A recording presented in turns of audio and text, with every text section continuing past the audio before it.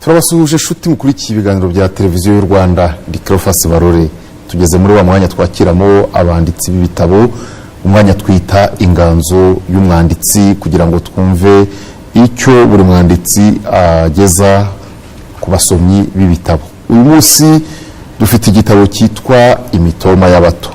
Imitoma y'abato ni igitabo cyanditswe n'umwanditsi turi kumwe muri iki kiganiro, araza kudusobanurira mitoma icyari cyo, mitoma y'abato, mitoma ibiyigize, igihe ikoreshwa, abo yagenewe. Ibyo byose nibyo tugiye kugarukaho, ariko n'abakuru ntabwo tubaheje muri iki kiganiro.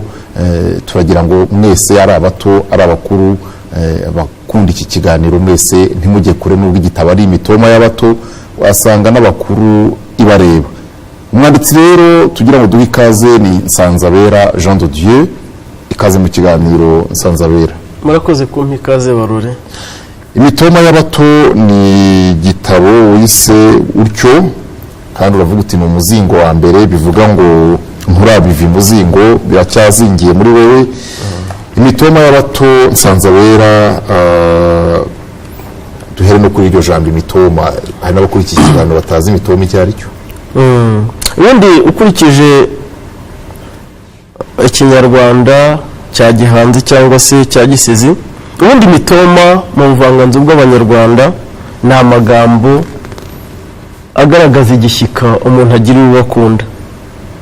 Ni amagambo arimo ibisingizo n'ibisigo by'urukundo, nk'umwihariko w'abakundana ushobora gutura uwo ukunda kugira ngo umugezeho akari ku mutima. Nubwo iki gitabo cyitwa ngo ni imitoma y'abato, ni imvugo itaziguye. Umuntu wese uri mu rukundo ntagesaza. Niyo mpamvu yaba umusaza rukukuri w'imyaka 80, yaba umukecuru apfa kuba azi ikinyarwanda, azi gutetesha, nawe ahinduka mutoya akaramba muri ubwo buzima buzira gusaza. Imitoma imara iki? Imitoma umumaro wayo wa mbere ni kurata uwo ukunda. Icyo ni icya mbere. Icya kabiri ni ukumwereka yuko umufiteho isumbwe riruta iry'abandi. Icya gatatu ni ukumukundwakaza. Ngibyo ibintu bikubiye mu mitoma n'uwo mumaro wabyo. Muri make imvugo yumvikana ya giseseka ni ibisigo by'urukundo, kugira ngo ugaragarize umuntu ko umukunda byihabya kuruta abandi bose. Abidakoraho ngo bahonge, ahubwo bakayihunga, bafite ihungabana? Nta hungabana bafite, burya byose biterwa n'ibyo naho umuntu yabaye. Ikibazo cya mbere gikunda kuboneka mu mitoma ni uko abantu banayita uko itari. Ugasanga n'umuntu ubeshya undi amubwira amagambo y'uburyarya, amuryarya akavuga ngo iyo ni imitoma, ngo nkuraho iyo mitoma yawe, akayita imitoma. Ariko mu by'ukuri icyo ni cyo gituma n'uyibwiwe ahungabana, kuko n'ubundi ukangiwe mu cyanzu anyana ingabo. Bamubeshye kera, bamuryarya, babyita ngo ni imitoma. Ugeze ate? Ukangiwe mu cyanzu anyana ingabo. Kuvuga iki wa mugabo? Nuko mu cyo ushaka kuvuga, iyo umuntu agukanze bwa mbere, uhora witeguye, uhamye, ufite ingabo zatuma atazongera kugukanga ngo agukure mu birindiro. Nicyo umugani ushaka kuvuga. Mu magambo make rero nibyo mvuga, iyo umuntu yakubeshye kera, imvugo akubeshyemo akayita imitoma, iteka ryose uhora uyibuka, bigatuma uhora uvuga uti oya ibyo ngibyo ntabwo mbyemera. Icyo ni icya mbere. Ikindi cya kabiri, mu rukundo hakabamo icyo bita kudesova umuntu cyangwa se kumuhinduka. Umugambi mwari mufitanye ugatuma ntugerweho. Icyo gihe ibyo wamubwiraga mu rukundo ahita abihindura zeru, ari byo bita muri iki gihe ngo babica amazi, bigatuma atazongera gutekereza ko hari undi muntu wamukunda. Ikindi cya kane kigendanye n'amateka u Rwanda rwabayemo, hari abantu benshi bagiye bafatwa ku ngufu, agafatwa n'umuntu atarigeze amukunda. Icyo gihe iyo umuzaniye imvugo y'urukundo ahita amera nka yandashya cyane yazikuye umuzimu, akavuga ati unyibukije wa muntu, ati hari ibyo yankoreye kandi ntamukunda, urukundo rwamvuyemo. Izo nizo mpamvu zituma ushobora kubwira umuntu imitoma, bigatuma atayitaho ngo yumve koko nk'ibisigo by'urukundo. Ariko nanone aho imitoma ibera akaga, nuko yo ihindura umutima wari warahindanye. Bishobora kugorana bitewe n'umuntu uwo ari we, ariko iteka ryose iyo ubwiye umuntu imitoma ukamwereka urukundo, bya bindi byari bimurimo birahanagurika. Imitoma ni imvugo yoza urwango ruri ku mutima w'umuntu, imvugo yoza uguhungabana kwabaye mu mibanire y'abantu. Muri make nubwo bamwe ishobora kutayumva, ariko nanone ni icyogesho gishobora guhanagura umutima w'umuntu gacya, kuko babonye yuko hari umukuye ibuzimu amuzanye ibuntu. Mu mitoma y'ubwiye umuntu ngo ni ubuvumo buguhisha amavunane, wenda wifashishije ubuvumo, ariko se uri mu mitoma ni ibihe bigereranyo bikunze kugaruka? Mu busizi hari icyo bita iyitirira. Ugafata ikintu ukakitirira umuntu, cyangwa umuntu ukakitirira ikintu. Mu by'ukuri kuvuga ngo ubuvumo buhisha amavunane, ni ukuvuga ngo ni ahantu ngera nkaruhuka bitewe n'imvune nahuye nazo. Ni umuntu nture ibibazo akanyumva akamfasha kubikemura. Mu magambo make ni ukwereka ko uri igisubizo cy'imvune nahuye nazo, iz'akazi, izo nahuye nazo mvuka, izo nahuye nazo nkura. Nicyo iki ngiki gishaka kuvuga. Nubwo navuze ubuvumo, ariko ni umuntu umfitiye umutima ukunda, unyitayeho, tubana ubuziraherezo, agahora nzirikana. Ukamubwira ngo iki wenda kubakurikiye iki kiganiro? Uritonduka, ariko turuta ubuvumo bumpisha amavunane, nkavunagura amavi yanjye mvuga mu muvu w'urukundo ngo ibyo twavuganye bihenda mbivi muzingeri muzingo, nkingi negamira ngatuza nkizi nkeke ikibazo by'isi, maze ngashinga inkokora yanjye nkanga utembana abadahuje, igasanga mpagaze bwuma. Bwato nambukiraho nemye bwabajwe nkiri mutoya, maze mbubonye mbugira ubwanjye, numva rwose nsize ubwo bworo nagize kera nkinura ubwanwa. Rwuri rwiza ufite ubwatsi, nzajya njikiraho inka yanjye, abatakuza amajya n'amazi, zigateka zikamwa yera, kandi iwacu uvuna imitozo. Iriba mvoma nkavomera inkomati zose, riraca iryera rikavomwaho n'umuhire wanarihawe n'iyamuhanze. Musozi utatseho ubusitani, ngenda ntambagiraho nemye, kuko ntawe tonajye mize, maze nkabicaho ndirimba ubuvumo bumpisha amavunane. Ubuvumo bumpisha amavunane. Hari aho wanditse rero muri uwo mutoma, yego hari aho ugira uti aho gusaba amata hakombwa najya kuyasaba aho yera. Aha ubwo urashaka kuvuga iki? Ni umugani nashatse gusaho nkaho mpina. Uwo mugani ni nanjye wanawuhanze. Ntawe usaba amata hakombwa, hari ahavuna imitozo. Icyo ushaka kuvuga, reka tubanze duhere mu mvugo yumvikana. Ntawe ujya gusaba ibintu aho bitari kandi uzi aho biri. Mu by'ukuri icyo nashaka kugaragaza, ntabwo nzajya hatari urukundo kandi wawe narahabonye. Icyo nicyo nashakaga kumubwira. Ntabwo najya gushaka urukundo aho ntarubona kandi wawe nararubonye. Ntabwo najya gukunda utankunda kandi unkunda naramubonye. Icyo nicyo nashatse kugaragaza, ariwo muri uwo mugani uvuga ngo ntawe ujya gusaba amata hakombwa, hari ahavuna imitozo. Ku rupapuro rwa 24 mu mutoma w'isi Inyange idaharanira kwera, umukarago wa 11, umukarago wa 11 uragira uti imihanda nyiha umurindi, nshobora kutabisoma neza. 24 imihanda nyiha umurindi, amaguru yanjye nyaha gahunda, ngo ngerere kure cyane aho nkeka iyo nkumi nziza, inkizi nkeke mpora niteka. Kuvuga ko imihanda wayihaye umurindi, amaguru ukayaha gahunda, urashaka kuvuga ko byakugoye kugera ku mukunzi, urashaka kuvuga ikimwe aho icyo nashaka kuvuga imihanda yose ni umurinda amaguru yanjye nyaha gahunda ngo ngerereye kure cyane aho nkeka iyo nkumi nziza inkizi nkeke mporana iteka.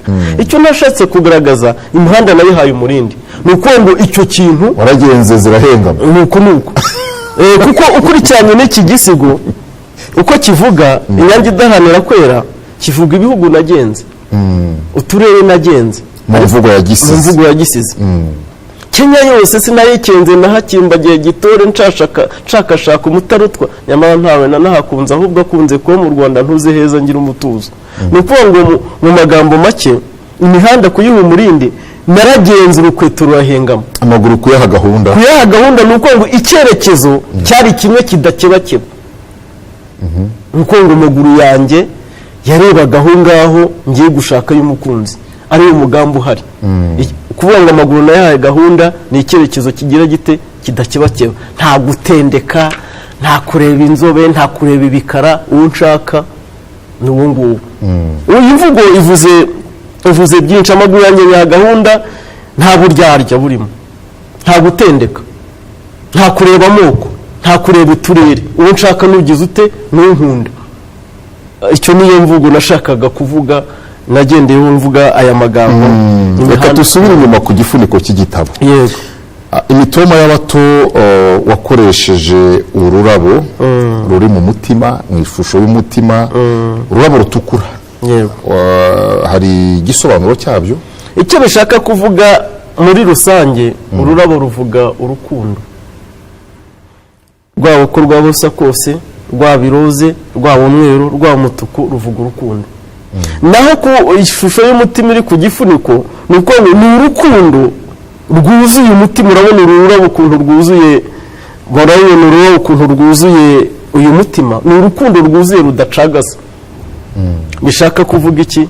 Burya hari umuntu ugira atya mu mutima we agashyiramo abantu batanu, umwe akamuha igipande kimwe, undi akamuha ikindi, undi akamuha ikindi, akabarundamo bose. Ariko anashakaga kugaragaza ko imitoma nanditse muri iki gitabo cyangwa se n'undi wese ashobora guhanga ari urukundo rudacagase rwuzuye umutima rw'umukunzi runaka umuntu aba yarakunze. Icyo nashatse kugaragaza kuri iki gifuniko, urukundo ruzira uburyarya, urukundo ruzira gutendeka, urukundo ruzira ibigombero, urukundo ruzira ubwiko, urukundo rudacagase. Nyemerera tujye ku mutwe wa 4 ahantu rukane y'ikiromani ku rupapuro rwa 34. Ni ku mukarago w'ijana na 16. Uri insibo y'urukundo. Ndagira ngo niba wahageze udusomera umukarago w'ijana na 16. Ujya ku ijana na 20. Ndagira ngo aya magambo niba uyasoma niba uyavuga mu mutwe hari icyo nshaka kuyakubaza, hari kubanje kuyabwira abakurikiye iki kiganiro. Narakubonye nshira agahinda umutima utangira kuvumera kugukunda uvugisha nuko ngushaka izina ryiza uri insibo y'urukundo. Komeza hepfo.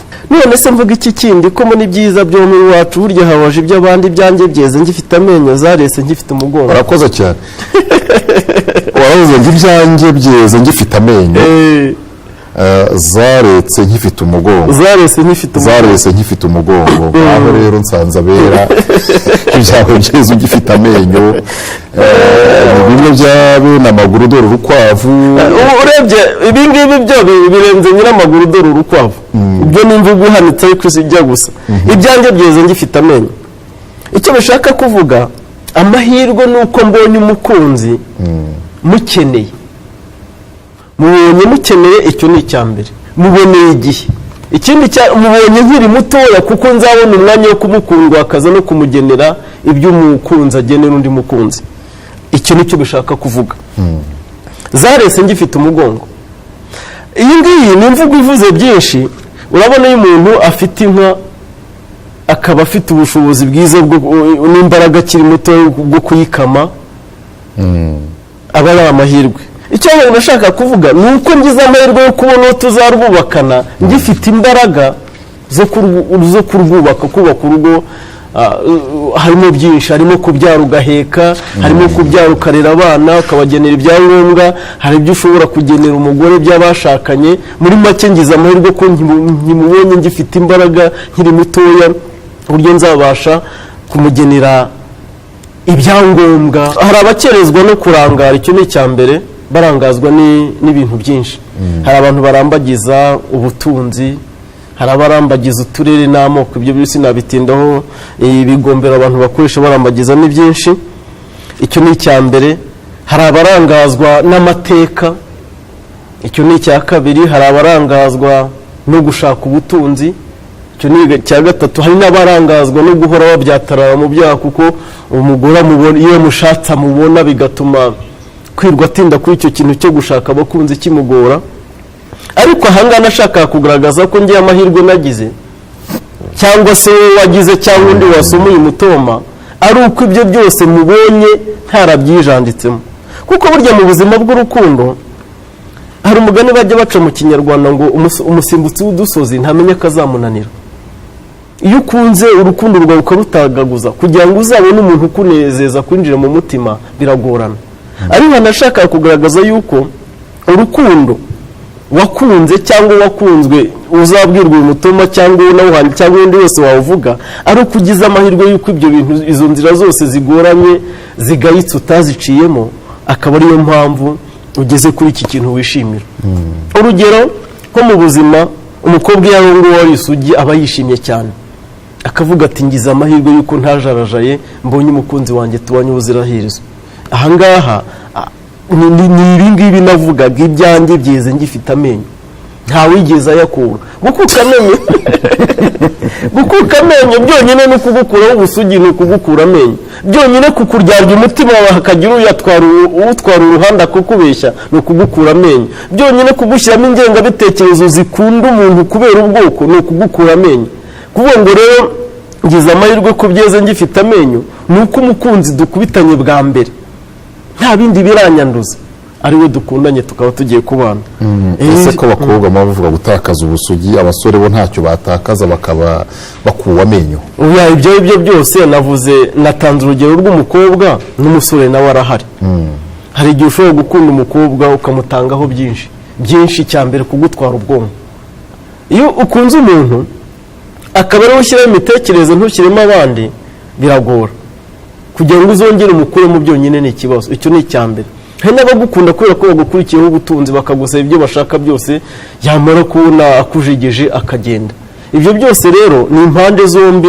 Ahangaha nagaragaje yuko umuntu wagize amahirwe izo nzira zose akabona umukunzi ataziciyeho, niwe navuze ngo ibyanjye byeze ngifite amenyo, zirese ngifite umugongo. Aya menyo yakuka ryari? Gukuka kw'amenyo gukuka kw'amenyo kwa mbere ni uko waratinze mu gushaka. Reka tuvuge mu kubona umukunzi no gushaka. Uriya mu Rwanda tugira igigero cyo gushaka, umuntu akavuga ngo uriya yaratinze. Watinze ukora iki? Hari ibyo watakaje, watinze waye umutungo, watinze waye urukundo rutagaguza, cyangwa ukirushakisha kubera amateka. Hari n'uburwayi, hari n'utagira urukundo kubera uburwayi pe, akaba mu buzima yumva nta rukundo afite. Icyo gihe niba ari bwene aba yarakutse, niba ari ibijigwa, ariko ibyo byose aba arimo gukuka, ntabwo aba arimo kuvaho, ntabwo aba asubira mu buto wese we n'amaguru. Oya, ntabwo ari n'amaguru. Oya, ntabwo ari we n'amaguru. We n'amaguru niwe navuze ibyanjye byeze ngifite amenyo. Yirukankanye urukwavu agize amahirwe ararushyikiriye. Niwe wivugiye imyaka ati ibyanjye byeze ngifite amenyo. Mu magambo make, uyu mutoma witwa ngo insibo y'urukundo ni ikivugo cy'umusore utsinze igitego cyo kuva mu busore akabona umukunzi, atarajarajara, atarajya mu bintu byinshi bizana ibigombero byinshi bituma ashaka. Iki kivugo ni ikivugo cy'umukobwa ugize amahirwe akabona umusore umukunda ku ikubitiro ry'ubukumi bwe, atarajarajaza ibitekerezo n'abantu ngo bamubeshye. Muri make ni iki gisigo kivuga ngo insibo y'urukundo. Ya maguru wahaye gahunda, wavuze uti ni ukugendera umujyi umwe, ugendera umujyi umwe ukanawutindamo, nyuma bakagutera akadobo, uwo muntu byabayeho wamufasha iki? Uko biri kose, intore aho iri hose ntabwo intimba y'intore yibuza guhamiriza. Icyo nashaka kugaragaza ahangaha ni uko umugambi wawe niba ufite gahunda yo gushaka umugeni, ubwo isaha yageze. ntabwo ukwiye gucibwa intege n'ibyo wahura byo mu nzira. Guhura byo mu nzira cya mbere harimo kubengwa, abyo wise guterwa akadobo, niyo mvugo abana bato bakoresha. Niyo mvugo abana bato bakoresha. Ntabwo ukwiye kuguca intege, kuko n'ubundi intego ntabwo uri igiti ngo bazakubazamo ameza, ntigivumu ngo bazakubazamo umuvure. Intego yawe niyo gushaka ukubaka urugo nk'uko umuryango nyarwanda bitegeka ndetse n'ijambo ry'Imana ribigena. Aha niho nashatse kugaragaza ko niba amaguru yahaye gahunda wikebakeba, isaha yageze, shaka umwana. Wahuramo n'abagutera akadobo hirya, wahuramo n'abaguca intege ngo ugiye gushaka ngo wa mukobwa wo kwa kanaka, wahuramo n'abagusebya ngo uri kuya mushomeri ngo ugiye kumuryaho iki, nta faranga agira, inkweto yarahengamye. Izo nizo nzitizi, ariko ukanga icyerekezo cyawe nicyo gushaka iki, ukunda n'uwo mu bantu. Muri make aha nashatse guhumuriza umuntu yuko uwo ari we wese ushaka gushaka ko nta kintu gikwiye kumuca intege. Amaguru yawe yiha gahunda y'icyerekezo, noneho n'imihanda uyiha umurindi. Kuri uyu murindi ni ukugenda neza, nta gucika intege umurongo apana ngo urajya muri ibi ngo urace oya. Inkweto yahengama, wamubona muri Kenya, wamubona mu Burayi, wamubona mu Bwanamware, wamubona mu Bungwe, mu Buganza bw'Epfo, ariko icy'ingenzi ni uko ukunda ugomba kumushaka kuko arahari. Urakoze cyane. Nsanzabera niwe turi kumwe mu gitabo Imitoma y'abato, akaba muri aka gace ka mbere k'iki kiganiro, kandi turagana no ku musozo nyuma y'aka karuhuko turagaruka tumubaza bike, kuko twifuza ko igitabo muzakishaka mukakisomera kandi ntikinagoye. Ati rero niba waranahuye n'ibikugerageza, niba waranahuye n'ibiguca intege, mu by'ukuri niba ufite icyerekezo, amaguru yahe gahunda. Ikindi avuze kandi mu mvugo yabo ya gisizi ni uko avuze ngo intimba y'intore ntiyibuza guhamiriza. Komeza uhamirize rero, guma mu nka zigwemo. Ni mu kanya nyuma y'akaruhuko.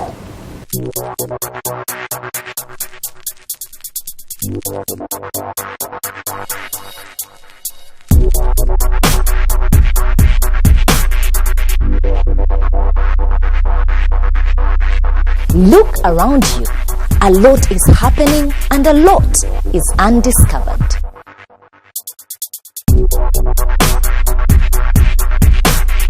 On Primetime Live, we will bring you a precise, in-depth analysis of the many issues around us.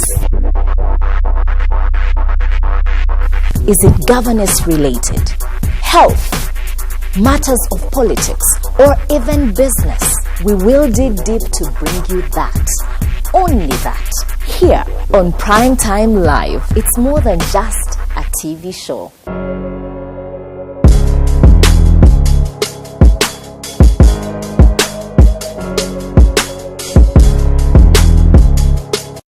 Munyemerere tugaruke mu kiganiro, turaganira ku gitabo Imitoma y'abato cya Nsanzabera Jean de Dieu, umuzingo wa mbere. Nsanzabera, hari ahantu wanditse muri iki gitabo ku rupapuro rwacyo rwa 23 ni ku mukarago, urabona imikarago 110, ahavuga ngo uri mutima ukeye bakeza. Ndagira ngo musomere iyo mikarago nyikubazeho.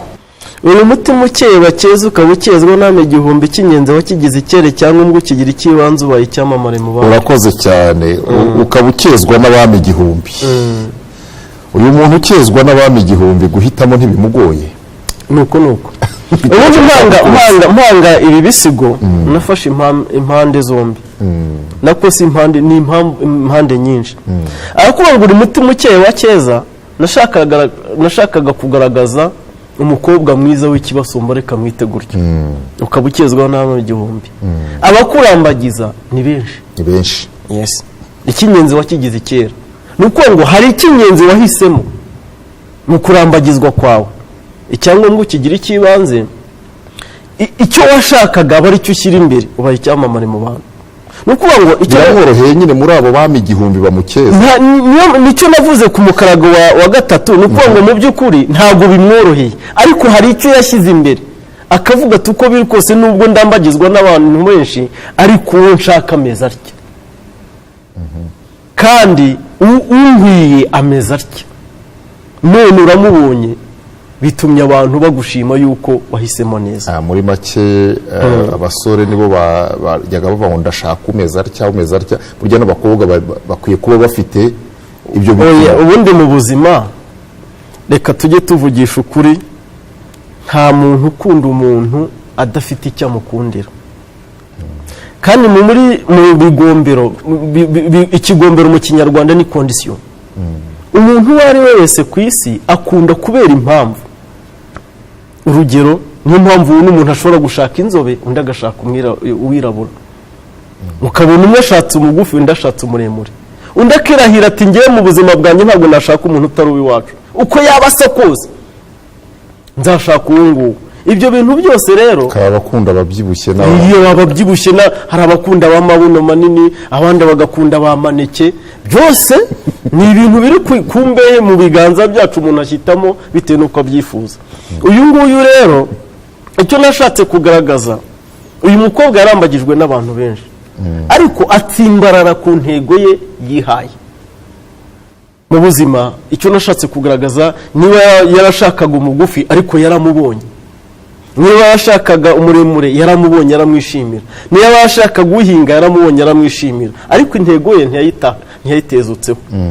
Ni ukuvuga ngo mu magambo ki harimo no kugaya umuntu ushobora gukunda umutwe w'ujarajara, yabona uw'inzobe atari ko buriya se uriya, yabona uw'amabara atari uwafata uriya, yabona umuremure atari uwafata uriya, yabona uw'imodoka atari uwafata uriya. Mu by'ukuri akaba nta murongo ngenderwaho wo gushaka afite. Nshobora no kuba wenda nkavuga inti ngewe mu buzima bwanjye nzashaka umugore w'umuhanzi, ntabona umuhanzi ntirireme, yaba umuhanzi ukennye yaba umuhanzi ukize, ariko nzashaka umuhanzi. Ariko hari n'ushobora kuvuga ati ngewe nzashaka umuhanzi, yabona ukize ati n'uriya, yabona udakize ati n'uriya. Mu by'ukuri ubwo akazana ibigombero byinshi. Ubu rero ahangaha nashimaga umuntu wafashe icyerekezo kimwe kidakebakeba, kuko burya mu mutwe hari abantu bananirwa amahitamo. Kuko wavuze uyu nguyu ukambwira uti uyu muntu uko yakejwe n'abami igihumbi, ni uko yamagijwe n'abasore benshi, aho kumuhitamo byamunaniye. Ariko ku mukarago wa gatatu n'uwa kane nagaragaje yuko bitamunaniye. Ndagaruka kuri wa mutoma wise ubuvumo bumpisha amavunane. Ubuvumo bumpisha amavunane ku mukarago w'130 ni ku rupapuro rwa 10. Ku rupapuro rwa 10 ndagira ngo dusomere uriya mukarago ukurikira uw'130. Eba wawubonye. Uravuga ngo ubuki bwizi abavumvu nanjye nzagucaho ikiraro nicare ikibiro cyawe maze mbwicarire mbuhage mpabwe ibyiza narazwe kera. Aha. Aya magambo. Iyi ni imvugo ihanitse, ariko uwari wese ashobora kwisobanurira. Icyo nashakaga kugaragaza ni uko ubuki bwizi abavumvu, ni ukuvuga ngo ubuki ni ikiribwa kiryoha. No mu rukundo rero habamo uburyohe bw'ibyinshi bitandukanye, bimwe umuntu atanarondora, ariko abubatsi ngo baranabizi. Nanjye nzagucaho ikiraro, nuko ngo nibyo byiza nanjye ntabwo nabitangwa rwose mbwicarire mbuhage, nuko ngo nzihaza ibyiza byose bishoboka by'abantu bakundanye ndetse bakanashakana. Ni imvugo y'ubwira, ariko iby'abakundanye n'abashakanye ibyo bahana wari wese arabyumva. Iki gitabo cyawe wagisoma kuko wabyise imitoma y'abato, kugira ngo acyumve neza bimusaba iki? Ikintu icya mbere bimusaba kugira ngo acyumve neza ni ugusoma ijambo kurindi, kuko muri iyi nubwo hari imitoma myinshi irimo na paragrafu imwe ni umutoma ukwawo. Nk'iyi ngiyi ngo buki bwizi abavumvu nanjye nzagucaho ikiraro bwose mbwicare mbuhage mpabwe ibyiza nazwe kera, bwonyine uwo ni umutoma umwe. Umva ko harimo imitoma myinshi. Bisaba yuko ufata ijambo rimwe ukarisesengura ukaryumva, ugashyira mu nyurabwenge, ugashyira mu mvugo ya gihanzi, ugashyira mu mvugo ya kinyarwanda, ukabisanisha n'ibindi.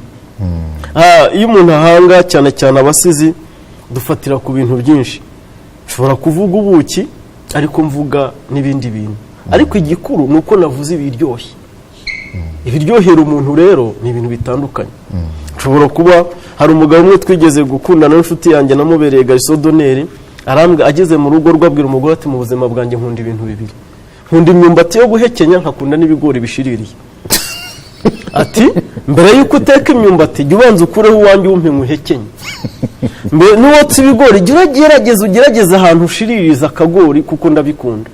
Icyo nashatse uyu mukarago nahanze buki bwizi abavumvu, nashatse kugaragaza ibintu byose umuntu ashobora gukunda bimuryohera we n'uwo bakunda ashobora kubyifashisha mu gutaka uwo akunda. yes.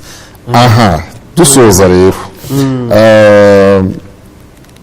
wandikiye bandi, utekereza ko ubu wandikiye bandi abo ushaka ko basoma iki gitabo? Iki gitabo nacyandikiye abasore n'inkumi, abagabo n'abagore.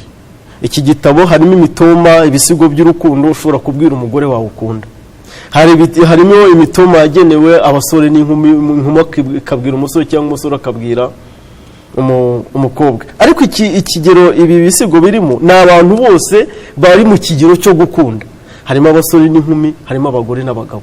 Muri make abo nibo nandikiye kugira ngo bajye basoma iki gitabo basesengure nakise ngo bene amaguru dore ukwavu nuko ngo banyira rukundo banyira urukundo banyira rwudura ibikwiye kubwira. Mwarabuze icyo mubabwira ngibi ni imitoma y'abato rwose bamwe birwa babeshya ngo babuze ibyo bavuga. Hari umuntu wageze kubwira dusoza niba urimo gusoza ndasoje rwose umuntu mwakubwiye ngo yabwiye undi ngo ndagukunda ndagaswe ubwo ni umutoma mubwiye. Rero dore imitoma nyayo, dore igitabo abashaka gukundana narabatekerereje, ndagukunda ndagaswa ibyo ngibyo twabikuyeho twabatekereje ibisigo byiza by'urukundo bishimangira umwe mu bantu, umutima ukururuka ugacya kandi bikaguha n'ibyiringiro by'uko nubwo waba utamufite ariko amaguru ugomba kuyaha gahunda kazagire kure cyane, kuko urukundo ntirugira umupaka, ruba kure ruba hafi hose ushobora kurubona. Urakoze cyane. Nsanzabera Jean de Dieu ati nta kubwira umuntu ngo ndagukunda ndagaswi. Ni ikibazo ariko wa mugani bene amaguru dore urukwavu. Reka dusoreza aha, ntimumbaze ngo kiboneka he, kiboneka mu nzu zigurisha ibitabo kandi ngewe ikinara kiguze amafaranga atari menshi. Nawe uzigenda ubaze urasanga ari amafaranga ashoboka, kandi niba ukeneye ibyo wabwira umukunzi ndibwira ko nta n'icyo utatanga kugira ngo ubone ibyo uvugaho kuzamubwira ngo ndagukunda ndagaswe. Reka duhinire aha rero, reka dushimire mwebwe mwese twari kumwe, ibihe byiza aho muri hose.